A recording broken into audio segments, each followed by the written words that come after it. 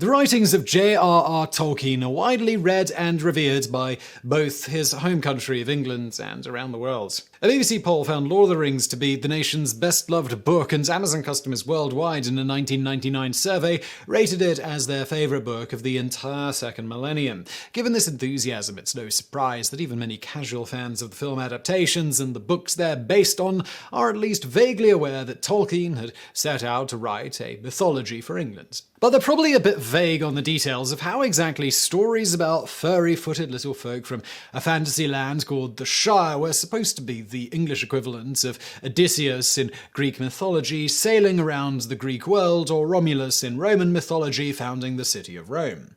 Fortunately for us, there's a long trail of evidence regarding Tolkien's thinking throughout the entire course of his composition. Per Tom Shippey in his book The Road to Middle-earth, the two things that separated Tolkien from other authors were the very long gestation period of all his works and his deep reluctance ever to discard a draft. From the sounds of it, Smaug the Dragon was more than a bit autobiographical, albeit instead of hoarding dwarven gold and jewels, Tolkien hoarded mostly moldy manuscripts from before the First World War. This thankfully allowed Tolkien's son Christopher to posthumously publish such a veritable treasure trove in his 12-book series, The History of Middle-earth, which lays out in exacting detail the documentary history of his father's poetry and prose about what would one day be called Middle-earth, going back decades before the Oxford Don ever scribbled on a scrap of paper the iconic opening line, "In a hole in the ground there lived a hobbit." But given that Christopher's history is several times the length of The Lord of the Rings and is padded by many manuscripts of minute variation from one another, far fewer fans have trudged through this journey from English pseudo-myths to high fantasy epic than have walked the fellowship from Bad End to Barad-dûr. So we thought we'd hop on the backs of eagles to give you a bird's eye view of what Tolkien was getting at. Tolkien's reason for wanting to write a mythology for the English people is that virtually nothing remains of the oral traditions told by the Anglo-Saxons prior to their migration from continental Europe to the island of Britain, starting in the 5th century. The causes for this are multifaceted and include Christianization stamping out pagan traditions, Alfred the Great's redirection of learning to Latin texts of non-native provenance, and the Normans' supplantation of English with French for the upper class following Hastings, among other factors. Even Old English writings from after the migration circa the Seven Kingdoms are sparse. Thus Tolkien lamented in a letter to Milton Waldman, "English literature was from early days grieved by the poverty of my beloved country. It had no stories of its own, bound up with its tongue and soil, not of the quality that I sought and found as an ingredient in legends of other lands." There is Beowulf, a poem with which Tolkien worked extensively, personally producing a translation and a widely read essay entitled The Monster and the Critics. But apart from that, no other long-form Anglo-Saxon narratives from either pre- or post-migration survive. And even if Beowulf the poem is Anglo-Saxon, Beowulf the protagonist is not, being a great warrior whose heroics take place in Denmark and Scandinavia, hardly a basis for an English mythology. A similar problem plagues the legends of King Arthur. The literary figure of Arthur is of Welsh derivation, and if there's any historical figure behind Arthur, it is of a Romano-Brit who partially succeeded in repelling the Anglo-Saxon invasion at the Battle of Badon Hill. So despite the popularity of Arthuriana in the English courts of the High Middle Ages, the ancestors of the English are the baddies of the stories. There's a reason it's called The Matter of Britain and not The Matter of England. So, if there was to be a mythology of England, Tolkien was just going to have to roll up his sleeves and write it himself. But he wasn't about to just pull shit out of his ass. All of the earliest aspects of his legendarium Tolkien got either from what little Old English writing remains, or tales common to Germanic and Norse worlds, which Tolkien could accredit to the Anglo-Saxons originally. The genesis of his mythology came about in 1913, when Tolkien happened across a line in Christ I, a collection of poems found in one of the only Old English codices, the Exeter Book. It read, "Hail Arendelle, brightest of angels, over Middle-earth to men sent. To Tolkien, the fact that nothing was known about Arendelle apart from this appearance in one of the few extant pieces of Anglo-Saxon poetry made him a perfect foundation on which to build an English mythology. By 1914, Tolkien had surmised from philological comparison that the word Arendelle had astronomical connotations, which he guessed related to Venus, and as such wrote a poem about a celestial mariner navigating the night sky entitled The Voyage of Arendelle, the Evening Star. Predating The Hobbit by 23 years, this was the first fiction he ever wrote set in Middle-earth, and despite the plastic nature of the narrative, Arendelle would remain a constant fixture, remaining more or less unchanged from Tolkien's original conception down to his inclusion in The Two Towers, where Frodo calls out, Aya Arendelle Elenion and Kalima, which means, Hail Arendelle, brightest of stars, an obvious callback to the lines in Christ I. The appropriation of Arendelle from surviving Anglo-Saxon sources established the modus operandi by which Tolkien would construct his English mythology, originally to be titled The Book of Lost Tales. It centered around the story of Arendelle and the three great tales, Beren and Luthien, the children of Húrin, and the fall of Gondolin, all of which were begun between 1917 and 1925, and which survived through substantial revisions and rewrites to become referenced in The Lord of the Rings. In Fellowship of the Ring, Elrond lists Turin as an elf friend of old, Aragorn sings sorrowfully of his ancestor Beren, and Frodo receives the short-swallowed sting forged in Gondolin before its fall. But with respect to Tolkien's English mythology, what's of note in The Book of Lost Tales is not the tales themselves, but rather their framing device. Tolkien's persisting vision was of a mariner, with connections to the Anglo-Saxons washing up on the shores of an unknown island in the west, and there finding the fairies, hearing the tales firsthand from them, and setting them down in the Golden Book of Tavrobel, copies of which would be transmitted down the centuries and serve as the source of Tolkien's quote-unquote translation. He later employed the same conceit with the Red Book of Westmarch, the writing ascribed to Bilbo, Sam, and Frodo, from which he translated The Lord of the Rings. However, the particular identity of this mariner changed over the years, and is the primary alteration which denotes the different stages of the composition. The first version of the mariner was named Eriol, but like every character of Tolkien's, he has about a dozen different names. He was originally born Otter, called himself Wayfarer, and nicknamed by the fairies Angle after the regions of his home. This is a reference by Tolkien to Anglia, the part of the Danish peninsula from which the Angles originally derived, and for which they were possibly named. Elsewhere, Tolkien clarifies that Eriol was from the region of the northern part of the Great Lands, between the seas. The Great Lands being continental Europe, this places his home on the Danish peninsula, the thin angle of lands between the North Sea and the Baltic. Far from taking place once upon a time in a land far, far away, or in some separate fantasy world, the first stage of Tolkien's mythology was conceived of having precise positioning in our world geographically and historically. Eriol himself lived at about the early 5th century and was the father of two sons, Hengist and Horsa. While Eriol is entirely a fictitious character of Tolkien's, Hengist and Horsa are, like Arendelle, pulled from pre-existing sources, being referenced by both Geoffrey of Monmouth in his History of the Kings of Britain, our primary source of early British Arthuriana, and Snorri Sturluson's Prose Edda, the primary text for Norse mythology. But the earliest attestation of Hengist and Horsa comes from the 8th century historian Bede, according to whom the brothers were the first chieftains of the Angles, Jutes, and Saxons living in England. The Venerable Bede, despite his Christian sainthood, traced their descent just several generations back to pagan god Woden, so the brothers had lived along the blurred edge between mythology and history, a perfect place for Tolkien to fill the gaps. Unique to the first stage of composition was the idea that Tolerancia, the island Eriol sailed to, was the Isle of Britain itself. Per Shippey in The Road to Middle-earth, one extremely unexpected aspect of Tolkien's early writings is his determined identification of England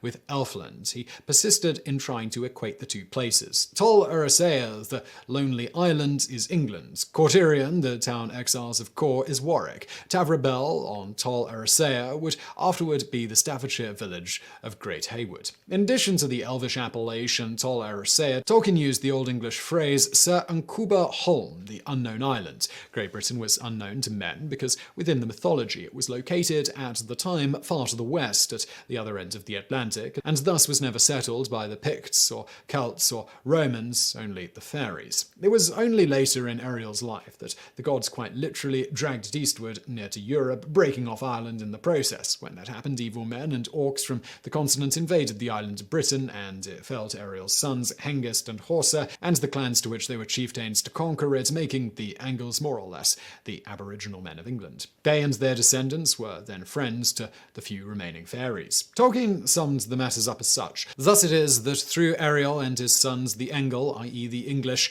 have the true tradition of the fairies, of which the Iras and Waelus, the Irish and the Welsh, tell only garbled things. This desire for the English to have the true tradition of the fairies explains many of the narrative choices regarding the story of Eriol, his nickname becoming the ethnonym for the English people, him recording in Old English the only first-hand account of the fairies' tales, and the Anglo-Saxons not being invaders but liberators, freeing the fairies from men who themselves were trying to conquer the island. But Tolkien was unsatisfied with this scheme and made a major revision to his mythology. Thus, in the second stage of the composition, the mariner becomes Elfwine, but in true Tolkien fashion, he had other names besides, including Widlast, Eldarion, and Luthien. The last one the elves named him because he came from Luthany, that is, Great Britain. Instead of being the man to discover the British Isles, Elfwine would instead simply be the first in many millennia to travel to Tol Eressëa, still a lonely island far to the west, but no longer identified with England itself. Consequently, Tolkien set Elfwine's story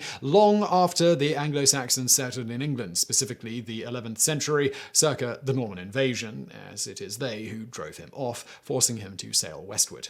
Nevertheless, the Elfwine story is no less insistent on the Anglo-Saxons' special relationship to England.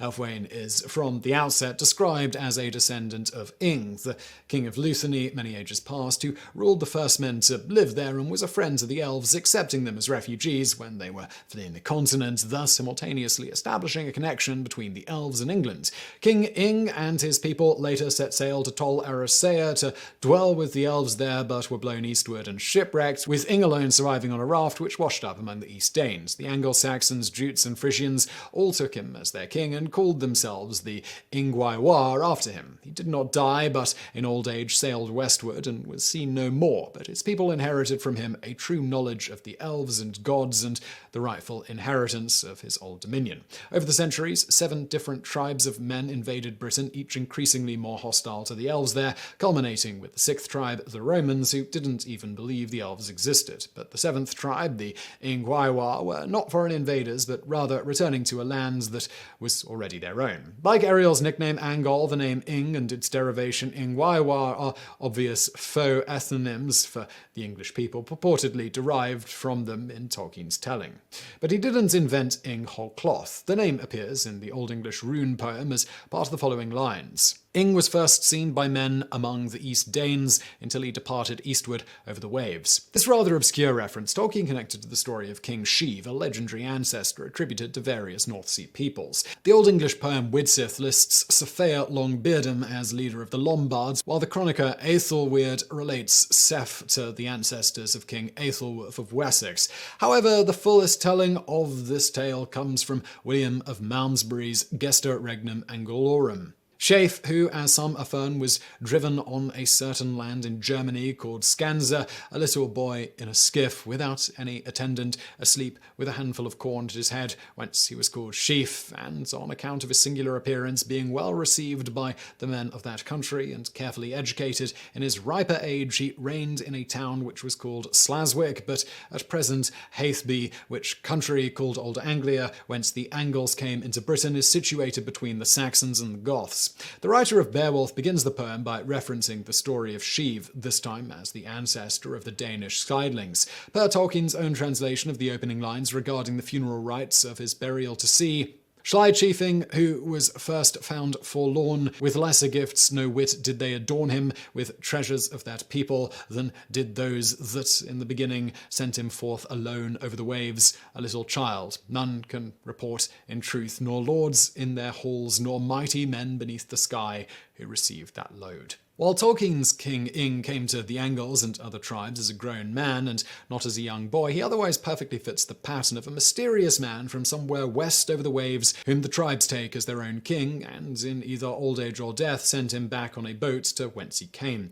Even after the second stage of composition, when Tolkien had abandoned the framed format of the Book of Lost Tales, instead for the more straightforward Silmarillion, he continued to try to integrate the story of Sheave even more explicitly. Tolkien Tolkien had come to an agreement with his friend and fellow inkling C.S. Lewis that each should write a science fiction story. The latter would write about space travel, while the former about time travel. Lewis succeeded on his end, publishing Out of the Silent Planet in 1937, the first book in what would become his space trilogy. Tolkien only ever produced a few chapters of his time travel tale to be titled The Lost Road, but what he did produce points to a clear continuation of his mythologizing the history and prehistory of the English people and their Anglo-Saxon ancestors. What we do know of The Lost Road is that Tolkien planned for each chapter to be about a different set of father and son situated at a different point in history, but all of whom share the same meanings to their names: Blissfriend for the fathers and Elfriend for the sons. Circa 915 AD, this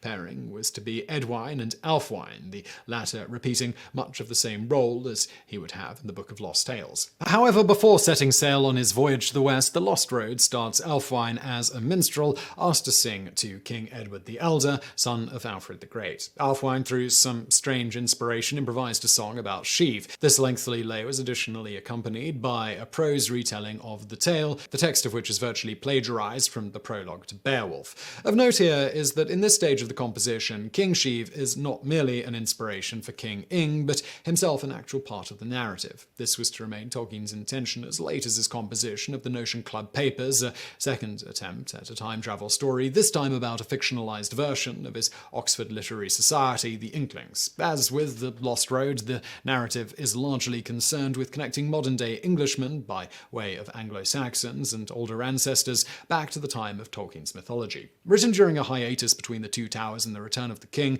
the Notion Club Papers were to show an indirect but definite line between the England of the present period and ultimately the Numerians, the mighty men from an island in the west from whom Aragorn descended. This would have closely integrated the narrative of The Lord of the Rings with the mythological history he had been constructing for the English people. Tolkien never got to complete his mythology of England. He was, like his autobiographical protagonist in the allegorical Leaf by Niggle, always niggling, making continuous adjustments and focusing on fleshing out details instead of ever finishing his magnum opus. Even after the publication of The Lord of the Rings up until his death, he was working on potentially major revisions to the Silmarillion and other stories set in the First Age. But thanks to his son, Christopher Tolkien, who continued to edit and posthumously publish every one of his father's writings, finally finishing the lifelong task months before he himself died on January the 16th of this year at the age of 95. So we're able to see clearly the connection between Tolkien's fictitious fantasy stories and the real remaining fragments of the lost mythology of the Angles and their ancestors. Like looking through a palantir, we see through the various versions of the Book of Lost Tales and The Lost Road the ancient legends of Arendelle, Ing Hengist, Horsa, and Sheave. And now for some bonus facts. In the early stage of composition, in which Eriol was the father of Hengist and Horsa, Tolkien names the father of Eriol as Eoch, an Old English word for horse, explaining the sons were so named to avenge Eoch. This is reference to the fact that Hengist in Old English means stallion, while Horsa, as you could probably guess by just hearing it, is another word meaning horse. Apparently, the Anglo-Saxons had more words for horse than the Inuit allegedly have for snow, because Tolkien was able to use yet more words meaning equine to name Marcho and Blanco, the two hobbit brothers who lead a migration westward over the water, with 3 tribes of hobbits, the Harfoot-Stores and Falahides, setting out from Bree and crossing the Brandywine River to settle the Shire. The story of Marcho and Blanco parallels that of Hengist and Horsa, the brothers who led the Anglo-Saxons and the Jutes across the North Sea to settle England. The Shire is geographically the English countryside, with Tolkien writing in a letter that Hobbiton was at about the latitude of Oxford. And now for another bonus fact. C.S. Lewis, in that Hideous Strength, the third book in his space trilogy, specifically named jobs Numenor, writing, "Ransom thought that Merlin's art was the last survival of something older and different, something brought to Western Europe after the fall of Numenor and going back to an era in which the general relations of mind and matter on this planet had been other than those we know. But if the only possible attraction of Bragdon lay in its association with the last vestiges of Atlantean magic, this told the company something else." Lewis had heard Tolkien read aloud the manuscripts of The Lost Road and other writings regarding the Second Age of Middle-earth, so was well aware that Tolkien was rewriting the Atlantis myth and calling the island Numenor. Numenor is the High Elvish word meaning westernness. Like everything under Anor in Middle-earth, it has many, many names. For the time after it had already sank beneath the waves, Tolkien decided that it should earn an appellation meaning downfallen. He translated this into his already extensive Elvish language, and by happy coincidence, according to the rules of his Elvish grammar, the name turned out to be Atlante. So I really hope you found that video interesting. If you did, please do hit that thumbs up button below, and thank you for watching.